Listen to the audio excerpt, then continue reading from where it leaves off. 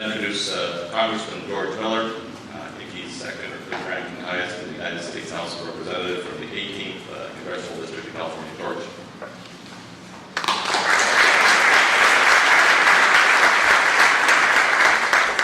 Mr. Secretary, thank you very much for this opportunity to bring us together. I think that's what this is an opportunity to bring us together. This follows on a series of conversations that we had among the traditional opposing parties, if you will, in California, recognizing that the path that we were traveling, the traditional path and the path that's been traveled over the last decade, has not yielded the benefits for any parties in need of California water. And in that I include the environment. The situation has only gotten worse. We used as a springboard two reports that were issued at the end of the Bush administration, one from the Office of Management and Budget, the other from the Corps of Engineers. They were really stinging reports on the management of the CVPIA and the bad results that have come from that because of isolation of projects, because of the isolation of the parties working, the silo effect, if you will, of people working on their segment of this problem and not collaborating to get a better yield, better result on the science. And I think we have got to learn from those reports that if this is simply an effort to advance what we're doing today, we're making a horrible, horrible mistake, because it's going to require a level of collaboration. It's going to require a level of putting down some traditional positions to see where the science is going to lead us. From the top of this administration to, I think, many of us in the Congress and the departments in between, they've made it clear that they wish to follow the science. The question that's been raised, and Senator Feinstein has done so much in this area, and certainly as an appropriator when she reads that list, it's impressive. But the question really is there a way to broaden this science, to look at other aspects, to stop thinking about the smelt as a smelt, and salmon as a salmon, and the delta as a delta, and invasive species, and broadening that to a discussion of what is the interactions and what are the opportunities that we may have that the science can present us. The Secretary of Commerce raised this issue, that he did not feel that in the past, in his review, that we had leveraged the best results that we could have had during that period of time from some kind of collaboration. And those are words that we all talk about. We've been collaborating now for 35 years in California water, and it got us to this room in an emergency crisis. And that's the decision that we have to make. I think it's very clear that we've got to look at all of the results. I think it's very clear that this announcement of the memorandum of understanding is critical, but it must bring about a different level of activity. It must bring about a different level of management. Somebody must be in charge of this effort, and it must bring about a much better degree of cooperation between the state and the federal government. If the state legislature is going to wander off and pass a marginal water bill and a bond issue that may turn out to be less than marginal in terms of the public, then we've simply lost time. And time has turned out to be very expensive for us. And I think that's what we have to realize. We have an opportunity in what the Secretary has announced with David's leadership and with, I think, a growing coalition in the Congress. I hope it continues to grow.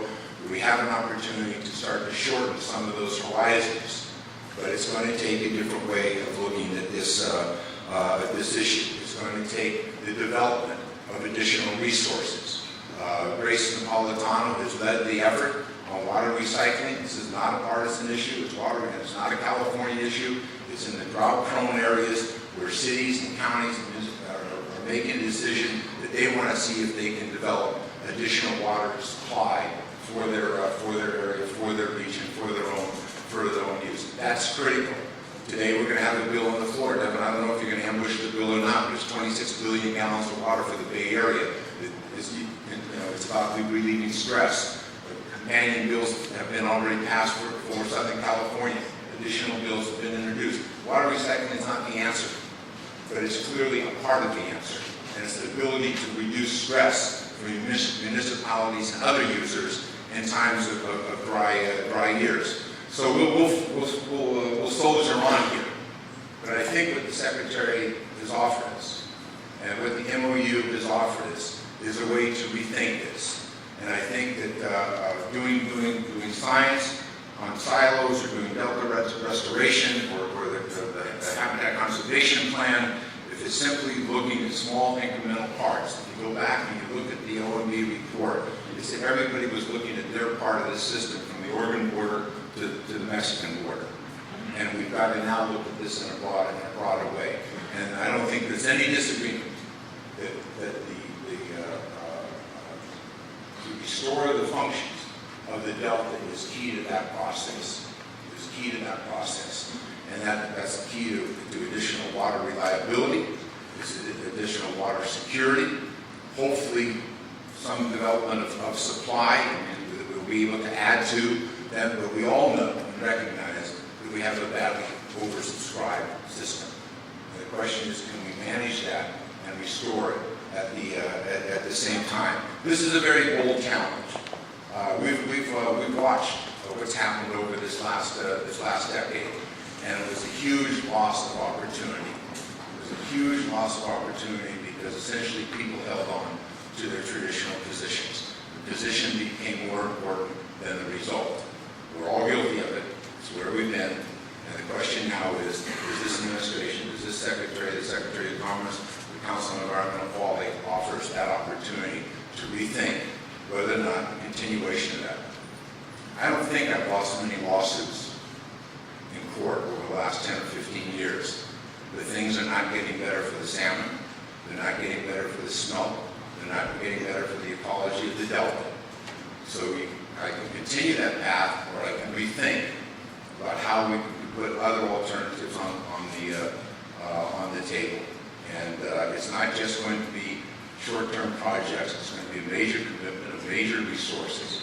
The Secretary has now elevated this to the waterway of national significance, and that's an opportunity for us in the Congress to work with our colleagues who have other areas of national significance across this country, big, complex estuarine delta systems that are important to the economy of this country. And if we seize this opportunity, if we rethink our traditional positions, we rethink the future of California, I think we can accomplish this. But it's we've been in the trenches a long time. But sometimes they say, peace comes from exhaustion. And the question is whether or not the water policy for California's future will come from that kind of exhaustion and the lack of returns for almost every party to this struggle. There has been no clear winner. There have been people who have been affected from time to time, as what you identify as losers, and most of that depends upon the rainfall, something we haven't yet been able to control, or the snowpack. If we continue that path, I think it's a compromise and limit the great economic horizon of the state of California. And we'll see where this goes. But I think, again, we would all do well to go back and read those reports, and that this is going to take a different level of involvement by the federal government. It's going to take a different level of management and a different level of cooperation across these agencies, and finally to have somehow translate that to working with the state, both in a political context and in a scientific and structural context, to work on this problem, again, across the entire system. If we think we can save one piece of it, generally what we find out later on is that we can't. And what we've done in this process is we've limited the options for that. So now we're down to the question of whether or not, at what level the pumps will be operated, will it be on, will it be off, what time of year, and the rest of that. That is not sufficient to recover the delta. It's not sufficient to provide a reliable water supply, and it's not sufficient for the economic growth of this state. We must broaden the alternatives that are available to policymakers working on an integrated basis, to provide these kinds of options to us. Mr. Secretary, thank you for the opportunity you're giving to us, whether we can pick it up in a responsible fashion remains to be seen. But it's an opportunity that has not been presented to this